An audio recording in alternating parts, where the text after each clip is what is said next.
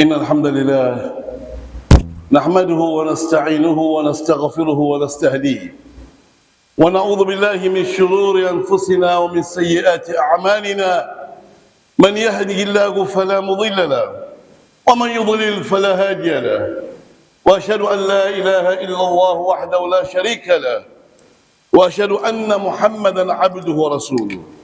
صل اللهم وسلم وزد وبارك عليه وعلى آله وأصحابه والذين اهتدوا بهديه واستنى بسنته واقتفى أثره إلى يوم الدين. أما بعد، فيا إخوة المسلمون، أوصيكم ونفسي بتقوى الله. وقال تعالى: يا أيها الذين آمنوا اتقوا الله حق تقاته ولا تموتن إلا وأنتم مسلمون. وقال تعالى: يا أيها الناس اتقوا ربكم الذي خلقكم من نفس واحدة وخلق منها زوجها وبث منهما رجالا كثيرا ونساء واتقوا الله الذي تساءلون به والأرحام إن الله كان عليكم رقيبا. وقال تعالى: يا أيها الذين آمنوا اتقوا الله وقولوا قولا سديدا يصلح لكم أعمالكم ويغفر لكم ذنوبكم ومن يطع الله ورسوله فقد فاز فوزا عظيما. اللهم اجعلنا من الفائزين، آمين آمين. Baadakum hamida Allah subhanahu wa ta'ala, na kumwomba tusaidie, na kumwomba tusamehe, na kumwomba tuongoe. Hakika yule yote ambaye Allah atamuongoa, basi hapana yote yule ambaye ataweza kumpotoa, na yule yote yule ambaye atakayepotoka, basi hapana yote ambaye ataweza kumwongoa isipokuwa Allah. Na kushuhudia kwamba Allah hana mshirika, na kushuhudia kwamba Mtume Muhammad sallallahu alayhi wasallam ni mtume wake, ni mja wake, bali ni kiongozi wetu, ni mwalimu wetu, ni kigezo chetu. Tunamwomba Allah subhanahu wa ta'ala ampe rehema na amani yeye na masahaba zake na wafuasi wake na familia yake na wale wote ambao watafata mwenendo wake mpaka siku ya Kiyama. Tunamwomba Allah subhanahu wa ta'ala atujalie katika hao, amin amin.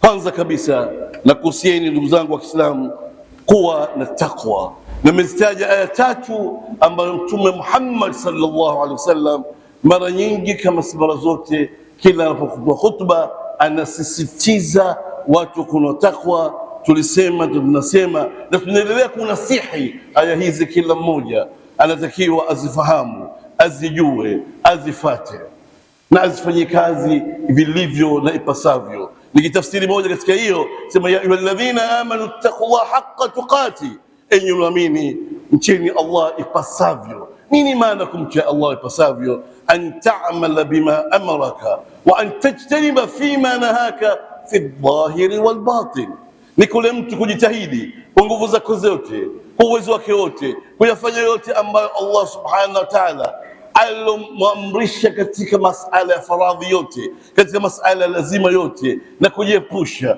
na yote ambayo Allah subhanahu wa ta'ala kwa ajitahidi kwa nguvu zake zote kujiepusha.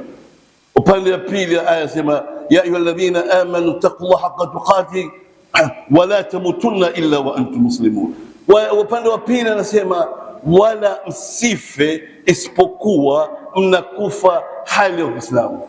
Ukitizama aya juu kana kwamba mtu anachagua namna ya kufa, lakini Allah subhanahu wa ta'ala anasema yule yote ambaye atajitahidi kufanya mema, akajitahidi kwa nguvu zake zote na kumwomba Allah subhanahu wa ta'ala muwafikishe, basi atakufa hali ya kuwa ni Muislamu. Tunamwomba Allah subhanahu wa ta'ala atufishe hali ya Uislamu. Ndugu zangu wa Kiislamu, ama kuhusu khutba leo, unwani yake inasema liman tajibu alayhi da'wa ila Allah, nani yule ambaye anawajibika kufanya da'wa kwa Allah? Yani nani ambaye anawajibika kulingania? Yani nani ambaye anawajibika kuamrisha mema na kukataza mabaya? Awalan, ad-da'watu ila Allah tanqasimu ila qismaini, kulingania kwa sababu ya Allah kumegawika sehemu mbili, amatan kwa watu wote general, wa khasatan na special kwa watu special amatan.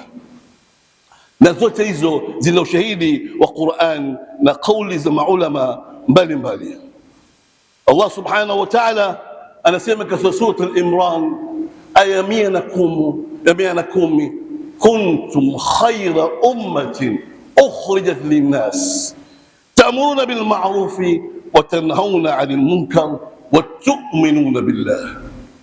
Allah subhanahu wa ta'ala amesema mmekuwa umma bora zaidi uliotolewa katika watu, yani katika umma zote umma huo wa Nabii Muhammad umekuwa bora zaidi, umekuwa na khair zaidi.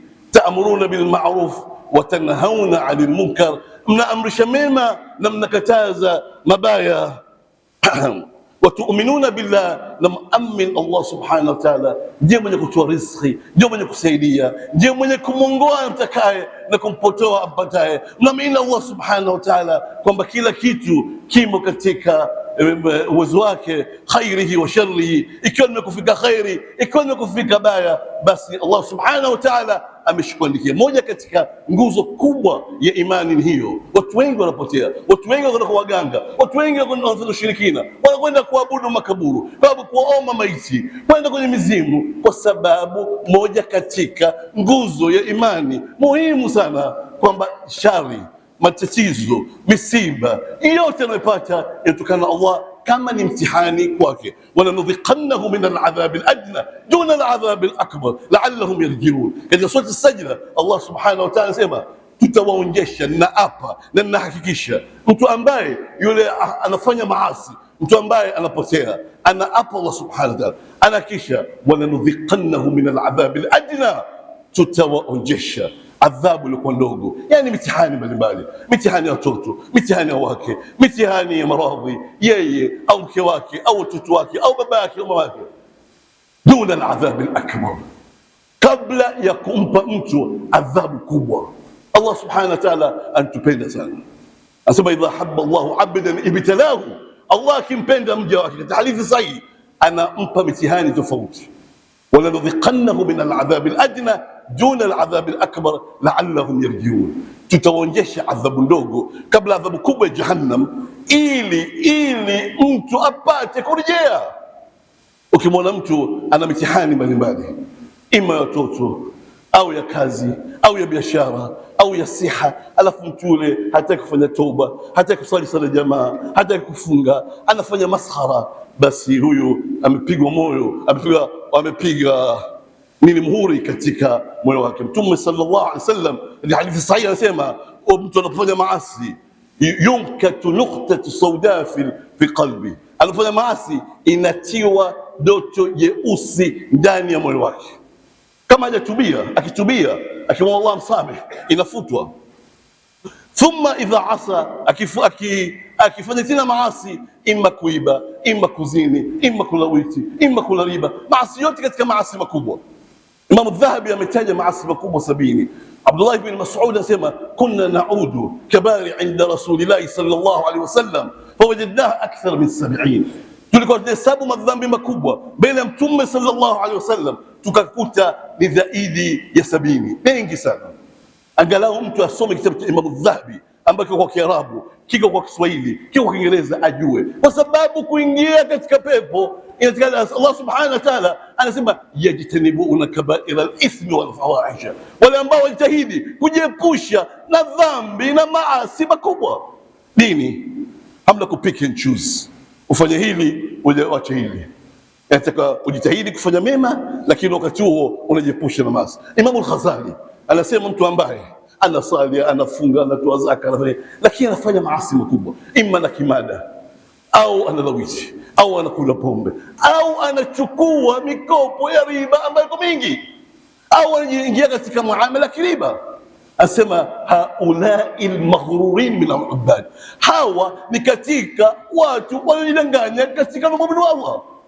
Kwa sababu nini? Hamna kushudhu. ya ayyuhalladhina amanu khulu fi silmi kafa wala tattabi'u khutuwati ash-shaytan enyi Waislamu, ingieni katika sheria za Allah zote, yani fati zote kwa jitihada yenu, wala msifate khutwa step za shetani, khutwa za shetani, hatua za shetani. Shetani akiona usali ukaanza kusali, anakwambia sali nyumbani.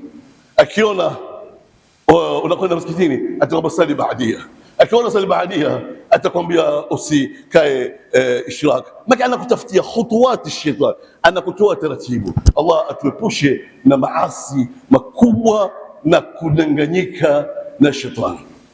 Nikirudi kwenye aya ya Sura Al-Imran aya 10, anasema kuntum khayra ummatin ukhrijat linnas, mmekuwa bora ya watu ambao toka watu katika umma zote, ni bora. Ta'muruna bil ma'ruf wa tanhauna 'anil munkar, mnaamrisha mema mnakataza mabaya. Kwamba Imam Qurtubi, Imam an-Nawawi, Ibn Kathir katika wa tafsiri wa Qur'ani wakubwa sana aya hii wanasema al-khairiyya fi hadhihi al-umma laysa fi an-nasabi wal-'ilm, laysa fi an-nasabi wal-'ilm wal-mal wal-jah wa halumma jarra. Ubora wa umma huu kutokana na aya hii sio kwa nasabu ya mtu, kama kabila lake Mchaga ni zuri zaidi au Mhaya au Mwarabu au Muhindi au Farisi au Busaid au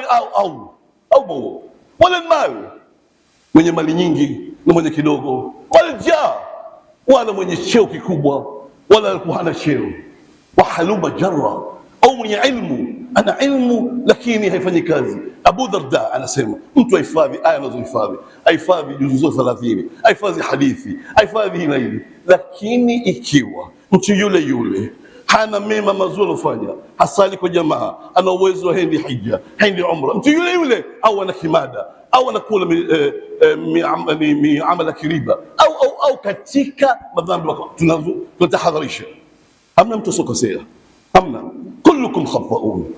Yasema Mtume, kullu ibn adam khata'un, kila binadamu ni mwenye kufanya makosa mengi, lakini khairu khata'ina tawwabun, bora wenye kukosa wanatubia kila mara.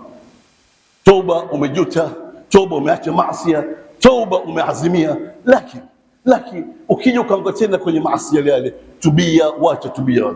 Hapa nakusudiwa mtu ambaye ni kazi yake yeye maisha na kimada, yeye maisha ya biashara zake, miamala yake ni riba, au maisha ya kazi yake kula mali za mayatima au kula za mali za miskitini au kula hii.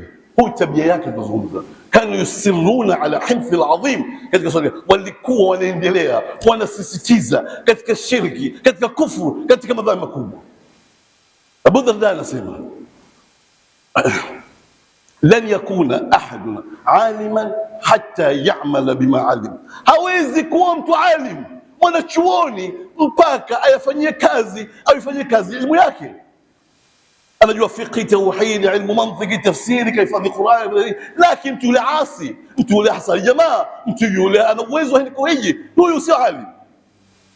Anaweza kuhifadhi, lakini yule ambaye. Kwa hiyo khairia hadhi umma, ubora khairi ya umma huu ni wale ambao wanaamrisha mema na wakataza mabaya. Ndugu zangu, tumesema aina ya kwanza ya da'watu ila Allah, kulingania kwa Allah, ni amatan, kila mtu alikuwa hapo, kila Muislamu kumwambia mtu asali huhitaji aya wala hadithi, kumwambia situkane hahitaji aya wala hadithi, kumwambia sizini. Watu wengine wabishi, anaambia naomba dalili, ushahidi. Una aya, una hadithi, utampa. Huna utambia nenda kwa ustaz, nenda kwa maulama. Lakini si lazima kuambia watoto wako, kuamrisha na kuwa force na kuwatia maji asubuhi uende alfajiri, na wewe haitaki aya wala hadithi. Wengi wa watu wakali sana wakati kuamrisha watoto wao kwenda madrasa, kwenda skuli. Sio haram, kwenda engineer au economist awe, lakini haram mtoto unamwachia anakaa mpaka saa 6, saa 7, saa 8 kwenye TV, kwenye mitandao, anashindwa kuamka asubuhi, yeye pengine na mke wako, pengine ndugu zako, na haram. na haram na ni laana. Wasema moja katika mashaikh, katika kila nyumba kuna mashaitani, lakini mashaitani huondoka iko nyumba ile inasoma Qur'ani, kuna adhkar, kuna dua, pembe hii mtu asoma Qur'ani, pembe nyingine anafanya adhkar, pembe nyingine anaswali dhuha, pembe nyingine anaswali ishraq. Hawakai kabisa, hawakai. Lakini nyumba haisaliwi, haina adhkar, nyimbo, tarab, matusi, hapa lazima. Na hiyo ikiwa una kawaida ya kufanya mema kwenye nyumba, si rahisi shetani kukudhuru, si rahisi hasad kukupiga, si rahisi jicho baya la watu kukudhuru. Tumesema al-ainu haq, asema kweli jicho linadhuru kweli. Tumesema katika hadithi ambayo isnadi yake kidogo ina matatizo ya maqal, lakini matini yake iko sawa. Anasema ainu yastanzilu al-farisu bil farasi, jicho linaweza kumdhuru mtu hata yule ambaye mpiganaji wa kivita ambaye atumia farasi wakati huo akaanguka bila kupigwa. Anaweza kupigana watu 4, 5, 6 mashujaa asianguke, lakini kwa jicho. Lakini ikiwa mtu ambaye unadumu katika adhkar, unadumu katika Qur'ani, unadumu ndani ya nyumba yako na nje ya nyumba yako katika kufanya mema, si rahisi kusibiwa na mchawi wala kusibiwa na jicho wala hasad. Almuhimu, kila mmoja wetu anatakiwa mshe mema na kataze mbaya. Mifano iko mingi sana, mifano iko mingi sana. Umar bin Khattab siku alosilimu, sisi sote hapa tunampita kwa kufahamu dini, sote sisi tunampita. Alikuwa hana aya hata moja, hana hadithi hata moja, hajui surati al-Fatiha, hana aqwali za maulama, hana. Lakini siku alosilimu, kisha mwanzo alikwenda kwake, anasema qad aslam wa ayi wahidin la yuridu an yaslima fala yatakallam alayhi, au kama qala, asema nakwambia mke wangu na watoto wangu nimeshasilimu. Kwa hiyo mtu akiamua hata kuingia katika Uislamu, basi naomba asizungumze na mimi kuanzia leo. Abdullah mtoto wake akamwambia, abati kad aslamt, nimeshasilimu. Akaanza kumpiga makofi, na alikuwa anaogopa kwa sababu Umar Khattab alikuwa mkali sana, ila sije kupigwa, badala yake apigwa. Aslamt araaita in mitu kafira, wewe umekwenda kusilimu umeniacha mie, unaonaje mimi nikikufa kafiri? Basi anasema Abdullah kila akikumbuka Umar akipiga mpaka baadaye akamwachia. Nani kitu sisi anasema asiyosali, asiyosoma Qur'an, asiyofanya adhkar, asizungumze na mimi, sitompa pocket money, sitakuwa na yeye, sitakuwa pamoja. Nani? Haitaki aya wala hadith, haitaki aya wala hadith. Umar Khattab siku alosilimu moja kwa moja akaenda kwa Sufyan, akamwambia Aba Sufyan, aslamt, akamsamisha salimu, akamwambia tabta yadi yaumi, ushaharibu siku yangu. Umar bin Khattab alimwambia Mtume Muhammad sallallahu alaihi wasallam, sisi tunajificha hapa katika Darul Arqam kufanya da'wa, in case tumekotoka tukaenda kwenye Kaaba tukasali tukapigwa tukafa, ala haq na naam ala haq. Akaweka mstari mmoja yeye Umar bin Khattab na mstari wa pili Hamza bin Abdul Muttalib mpaka kwenye Kaaba na hamna mtu mgusa. Leo unaogopa kutoka zini kwenda kusali, bosi wako atahamaki. Unatoa ogopa kutoka dukani kumwambia bosi wako tufunge duka tukasali, unaogopa kazi. Alipotoka Umar bin Khattab siku ile, Mtume sallallahu alaihi wasallam akasema Faruq hadhihi al-umma, akamwita jina Faruq, nickname yake ni mwenye kutenganisha baina haki na batil. Faruq maki mwenye kutenganisha haki na batil. Abu Bakr Siddiq radhiyallahu anhu siku aloslimu kaweza kuwaconvince wenzake 7 siku ile, wenzake hao ambao baadaye walibashiriwa pepo siku ile aslimu. Na mitano mingi sana, mifano ni mingi sana ambayo imekuja katika Qur'ani na katika sunna za Mtume sallallahu alaihi wasallam. Katika surati an-Naml zimekuja aya karibu 14. Tukawa tafaqada at-tayr, akapotea akaonekana tayr hudhud, mpaka aya ya mwisho sema rabbi inni dhalamtu nafsi, mimi nimedhulumu nafsi, wa aslamtu ma'a Suleiman rabbil alamin, na nimesilimu pamoja na Nabii Suleiman kwa Mola wa ulimwengu. Hudhud ni makhluq dhaif, ni ndege tu. Alikwenda kwa Nabii Suleiman, Nabii Suleiman apo falme mmoja pa mwingine, ana mali za kupita kiasi, ana cheo, anazungumza na majini, anazungumza na watu, anazungumza na samaki, anazungumza kila kitu. Jua hivyo. Akarudi Hud akasema Nabii Suleiman akicontrol ndege wote. Imagine ndege wa ulimwengu mzima mmoja hamuoni. Watafaqadha at-tayra faqala ma li ra'a hudud, asema la adhabannahu law adhibannahu adhaban shadida au la adhabannahu, nasema nitamadhibu adhabu kali. Kwa nini kaondoka bila uso yangu? Au nitamchinja. Asema famakatha ghayra ba'id faqala ahaffu bima lam tuhid bihi وجئتك من سبأ بنبأ خير إني وجدت امرأة تملكه وأوتيت من كل شيء ولها عرش عظيم وجدتها وقومها يسجدون للشمس من دون الله ألا يسجد لله. Nasema Hudhud, nimegundua mambo Nabii Suleimani juu ufalme wako wote gundua. Inni wajadtu imra'a tamlikuhum wa utiyat bi kulli shay'in, nimemkuta mwanamke anatawala watu katika mji wa Saba katika Yemen na ana kila kitu. Aya ni nyingi, siwezi kuzitafsiri. Fanyeni reference, rudeni katika tafsiri. Ambia mikuta wakamimi hawa wakamwabudu Allah. Hudhud anaona uchungu. Mtu yoyote yule analingania mema akakataza mabaya, sio kwa sababu kujionyesha, sio kwa sababu maslahi ya kidunia tu, lakini anafanya ili Allah amridhie, ili anafanya jibu wake, basi maulama sema ma kharaja min qalbi dakhala ila alqalb, yanatoka ndani ya moyo yanaingia kwenye moyo mtu. Wa ma kharaja min lisan yadkhulu ila idhni wa yakhruju ila udhni wa yakhruju ila udhni akhar. Lakini mtu anasema tu, hana uchungu, hajali, anataka sifa tu, basi anaingia shikio hilo tu. Haiwezi kutajwa aya za Allah, kauli za maulama, baadhi ya watu wasiathirika. Haiwezekani. Hal min Allah khairia hadhihi al-umma, na walisema kwamba ubora wa umma huu ni kuamrisha mema, kila mmoja katika wetu, na endapo hatuamrisha mtu mema akacheza mabaya, na anajua kwa sababu hajali, kwa sababu si anaona si kazi yake, anaona yeye ni bora yeye tu, amalu infiradi, individualism, upekee peke yake, atasali, atafunga, au jirani zake, marafiki zake, au wafanyabiashara zake, au watu wake sio muhimu. Huyo katika watu ambao atapata adhabu ya mwanzo kabisa, kama zilivyokuja katika hadithi nyingi sana. Ndugu zangu Waislamu, narudia tena kusema katika khutba hii ya mwanzo kwamba ni lazima tuamrishe mema na tukataze mbaya. Katika suratul Yasin kuna aya karibu 24 kutoka Allah subhanahu wa ta'ala, wadhrib lahum mathalan qaryatan idh jaa'a al-mursalin idh arsalna ilayhim ithnayn fakadhabuhuma fa'azzazna bithalith.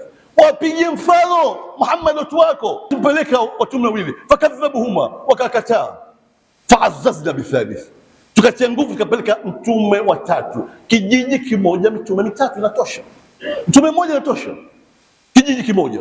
Allah subhanahu wa ta'ala tuambia, ikapeleka wawili, wakakataa, kumpiga mawe, wakawaua.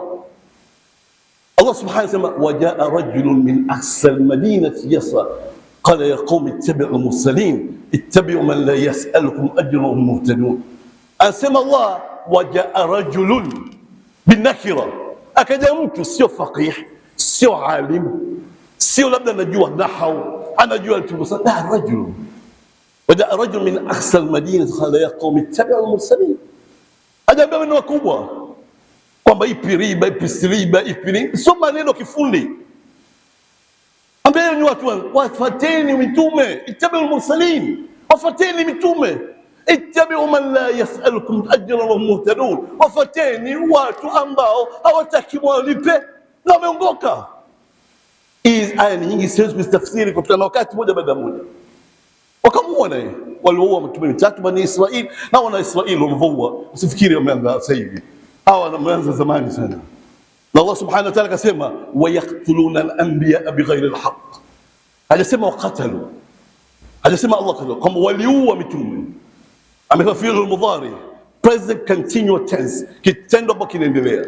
Wayaqtuluna anbiya, Allah sema wanaua mitume, kwa maana wengine kuweko mitume basi wangewaua. Seuzi hawa watu wa Palestina, Lebanon na pengineko na Iran waua, kazi yao waliua mitume mitatu katika kijiji kimoja, wakamuua na kijana. qala ya laita qaumi ya'lamun bima ghafara li rabbi waj'alani min al-mukram. Anakufa na uchungu.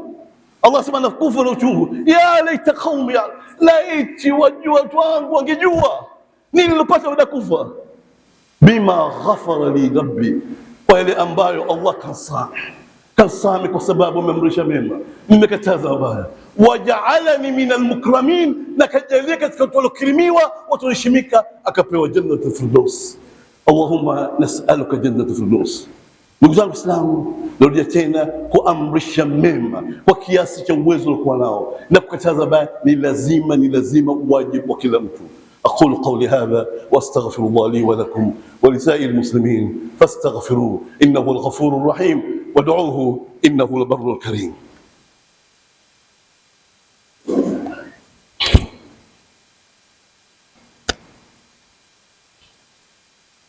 الحمد لله الذي علم بالقلم علم الإنسان ما لم يعلم، والصلاة والسلام على خير أنبياء المرسلين، وبعد. بعدكم نحمد الله سبحانه وتعالى لكم تكي رحمة أنتم محمد صلى الله عليه وسلم. دعوة الثانية خاصة kulingania mbele Allah, aina ya pili ni special. Liman? Lilulama walfuqaha wa ulama tafsir wal ahadith wa halum jarra.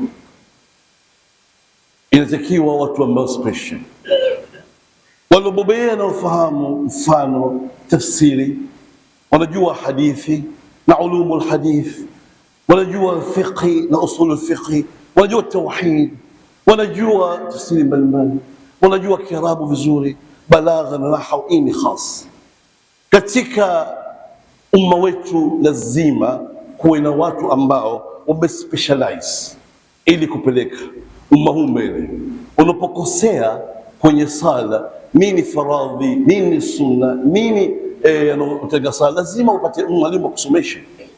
90% wanakuja kusali hapa wanavuruga 90%. Tukifanya research, utafiti, kila msikiti zaidi ya 90% hawajui nini khushu wala tekelezi, hawajui nini nguzo, hawajui nini sunna, hawajui nini. Tunakuja hapa kucheza. Allah subhanahu wa ta'ala hajasema kama kila mtu ataingia peponi katika waumini, la. Kana katika sura al-Mu'minun, bismillahir rahmanir rahim, qad aflaha al-mu'minun alladhina hum fi salatihim khashi'un. Wamefaulu waumini kuingia katika pepo ya Allah, wale ambao katika sala zao wana khushu. Nini khushu? Khushuni hudhur al-qalb wal aql fi as-salah, ile akili yako na moyo wako ndani ya sala. Si lazima iwe 100%, inaweza kuwa 90, 70, 80, 20. Kutiba ala rajuli fi salati ma aqala minha, mtu anapewa thawabu katika anachokisali ambacho kitu ambacho amekizingatia. Imam al-Ghazali anasema inna rajula la yasjudu sajda yadhunnu annahu yataqarrabu ila Allah, hakika mtu anasujudu ima katika sala za fardhi au za sunna au mchana au siku, anadhania ni kurubisha mbele Allah. Imam al-Ghazali anasema wallahi, namshuhudia Allah, inna adh-dhunuba allati yajri fi tilka sajda law uziyat ala ahli al-qura la ahlakathum jami'a. Dhambi za mtu yule alosujudu katika kusujudu kwake kule, dhambi zake kama zitapewa kijiji kizima au mji wote utaangamia. Akaulizwa Imam, kaifa dhalik, inakuwaje? Akasema yasjudu bi ra'sihi wa qalbuhu munshagilun bi hubbi ad-dunya wal lahwi wal ma'siyah. Asema anasujudu kwa kichwa chake, lakini akili yake na moyo wake umeshughulika na hubu dunia, mambo anapenda duniani. Anafikiria pale biashara zake, anafikiria mke wake, anafikiria time gani kuenjoy na mke wake, kutoka outing, kutoka wapi, ndani ya sijda. Wallahu, mambo kipuzi, bao na karata waloziacha. Manchester United na Arsenal atashinda, umeacha mpira wako umo ndani ya sijda. Au maasiya, ndani ya sijda mtu anafikiria mwanamke gani akazini naye, au akamwibia nani, au akamdanganya nani, au ayi sijda lillahi tilka. Hii ni sijda gani? Unamsujudia nini? Fanya nini? Imam Muhammad Hassan anasema falyasjud qalbuka qabla ra'si au ra'si, kwanza moyo wako, akili yako isujudu. Na wengi, nasema nasikitika kusema wengi sio 10%, sio 20%, karibu 100% anaingia kwenye sala, anatoka hana kitu.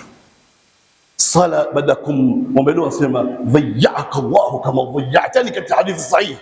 Sala inamlaani, inaambia Allah kupoteze kama ulivyopoteza mimi. Leo mtu hajui miamala ya Kiislamu ya kifedha, anatoa fatwa. Laysa kullu muhadhir wa khatib alim, walakin kad yakuna alima khatiba. Sio kila, sasa hivi kwenye mitandao imekuwa nyingi wahadhiri, makhatibu wanatoa mawaidha, lakini sio kila anatoa mawaidha, kila anatoa khutba ni mwanachuoni. Lakini mwanachuoni anaweza kutoa mawaidha, anaweza kutoa. Kwa hiyo mtu kabla hajataka fatwa, ambao natahadharisha sana watu kuingia kwenye internet, kwenye mitandao ya jamii kutafuta fatwa, kwa sababu mule kuna watu makafiri wanaandika, kuna watu mayahudi wanaandika, kuna watu ambao orientalist ama mustashirikun, watu ambao wamesoma dini ya Kiarabu kupoteza Uislamu. Kwa hiyo mtu ambaye kawaida sio alim asichukue fatwa, lakini anapochukua fatwa kwa watu ajue huyu, namuuliza kuhusu tafsiri, amesoma tafsiri au fiqh, namuuliza swala la kisheria anasoma, au huyo namuuliza katika masala yoyote yale katika dini, hadithi na mengineyo anajua. Imamu Ibn Sirin na Imam Malik asema undhuru liman ta'khudhu minhu al-ilm, tizameni yule ambaye mnachukua kwake elimu ile kaishoma, vile vile tabia zake. Anaweza kuwa alim lakini mvuta sigara, anaweza kuwa alim lakini mwizi, anaweza kuwa alim lakini kwa ushahidi. Si kama alikosea siku moja au mbili, kwa ushahidi, kazi yake, ni ada yake, ni kaida yake. Msichukue elimu kwake. Huwezi kuchukua elimu. Na anakuwa kiongozi au kigezo kibaya katika mtu. Leo wana wengi sana wanatoa fatwa kwa mabenki za Kiislamu, mirabaha na mudharaba na musharaka na bima za Kiislamu. Hizi ni njia za kupiga hela tu. Sio anasema tu kawaida. Anasema mtu anaaminiwa katika jamii, pengine khatibu, pengine alim katika tafsiri, pengine alim, lakini hajasoma Islamic finance, miamala ya kifedha katika Uislamu. Hana fiqh almuamalat almaliya, hajui fiqh katika masala ya muamala kifedha, hajui. Yaftaruna ala Allahi kadhib, wanamsingizia Allah uongo. Mtu atahadhar sana kutoa fatwa, na atahadhar sana kila bila kwenda kuchukua fatwa mtu mwingine yote. Allah subhanahu wa ta'ala asema walitakun minkum ummatan yad'una ila khair, wako baadhi yenu wamespecialize, wanaamrisha mema, wanakataza mabaya, wayanhauna 'anil munkar wa ulaika humul muflihun, nao ndio watakaofuzu. Namaliza hutuba hii kutahadharisha sana suala la kudharau katika kutoa katika kuacha mtu kuilingana mema. Hadithi, aya zimekuwa nyingi sana, kauli za maulama zimekuwa nyingi sana, lakini tazungumza aya moja tu kutokana na wakati. Allah subhanahu wa ta'ala katika suratul Maida aya 78 na 79 anasema lu'ina alladhina kafaru min bani Israil, wamelaaniwa walokufuru katika wana wa Israili, ala lisani Dauda wa Isa, katika ulimi wa Dauda na Isa, yani katika Zabur na katika Injili watu hawa wamelaaniwa. Kwa nini? Ala lisani Dauda wa Isa ibn Maryam, dhalika bima asaw wa kanu ya'tadun, hawa walikuwa wakifanya maasi, wakivuka mipaka katika maasi yao. Si kama mtu anazina lakini anavuka mipaka na kujionyesha na kujisifu kama sasa hivi. Wakanu ya'tadun kanu la yatanahawna 'anil munkar fa'alu, walikuwa hawakatazani mabaya walikuwa wakiyafanya. La bi'sa ma kanu ya'malun, uovu ulioje kwa kufanya laana katika dunia, laana akhira. Ndio tena hamna individualism, amal ifradi katika dunia hii, kwamba mimi ni mimi tu, hamna kitu hicho. Nasikitika kusema baadhi wenzetu wengi walosoma Sudani, walosoma wapi, Kuwait, Misri, Abu Dhabi, Syria, Lebanon, na hapa walosoma wao, muhimu kupata ile certificate. Akishapata certificate akapata kazi, akishapata kazi akashughulikia yeye na watoto wake na mke wake. Kama tunachunguza katika kila mtaa mmoja, kuna watu ambao walipata scholarship za serikali, wenyewe wanaweza kupeleka kusoma dini, lakini hawashiriki. Ni dhima kubwa sana, dhima kwa waliosoma na dhima vile vile kwa wasiosoma. Hizo ukimjua mtu kasoma Sudan au kasoma Misri au kasoma nchi yote au kasoma Sumait University au Morogoro University, halafu hakatazi mema, halafu hana darasa hata siku moja mbili, basi lazima juu yako mwambie. Akikubali, akikataa, wa alayka illa albalagh. Mtume Allah anaambiwa wewe kufikisha. Akataa, akikubali ni shauri yake. Na utizame kutofuata huyu, namchukua kasoma wapi, university gani kasoma, au kama shekhi gani? Maka ima mtu asome katika vyuo vikuu au asome katika mashaikh au zote mbili. Lakini sio anazungumza tu hapo kwenye khutba au anatoa muhadhara tu au yuko kwenye mitandao tu. Lazima umuulizie na katika kusoma kwake kasoma nini. Nataka kuuliza swali la fiqh, je, anajua? Je, anajua tafsiri hadithi? Je, anajua Islamic finance, miamala kifedha Kiislamu? Lazima sio kuchukua fatwa tu. Namalizia kusema khutba yangu kwamba kulingania kutazama mema kuzabaya lazima kwa kila Muislamu, amatan wa khassa, general kila mtu na khassa kwa waliosoma, na kutokufanya hivyo ni laana mtu apata duniani na akhira. اللهم صل على محمد وعلى ال محمد كما صليت على ابراهيم وعلى ال ابراهيم، وبارك على محمد وعلى ال محمد كما باركت على ابراهيم وعلى ال ابراهيم انك حميد مجيد. اللهم اجعلنا من الذين يأمرون بالمعروف وينهون عن المنكر. ربنا آتنا في الدنيا حسنة وفي الآخرة حسنة وقنا عذاب النار. ربنا اغفر لنا وارحمنا ولوالدينا والمؤمنين والمؤمنات والمسلمين والمسلمات الأحياء منهم. اللهم انصر إخواننا في فلسطين عامة وفي غزة خاصة وفي إيران وفي العراق ولبنان وسوريا وأفغانستان وفي كل مكان. اللهم انصرهم ولا تنصر عليهم، كن معهم ولا تكن عليهم. اللهم أثم جائعهم واسق عطشهم واشف مرضاهم واصلح أبناءهم وأمن خائفهم واختم بالباقيات الصالحات أعمالهم. اللهم دمر اليهود والكفار وأعداء الإسلام تدميرا. اللهم اجعل تدميرهم. اللهم حرر أسر المسلمين ومسجد الأقصى من اليهود والكفار وأعداء الإسلام. اللهم اشف مرضانا وارحم موتانا واعف مبتلانا واختم بالباقيات الصالحات أبناءنا واصلح أبناءنا. اللهم نسألك حسن الخاتمة. الله بحسن الخاتمة. إن الله يأمر بالعدل والإحسان وإيتاء ذي القربى وينهى عن الفحشاء والمنكر والبغي يعظكم لعلكم تذكرون. اذكروا الله يذكركم ولذكر الله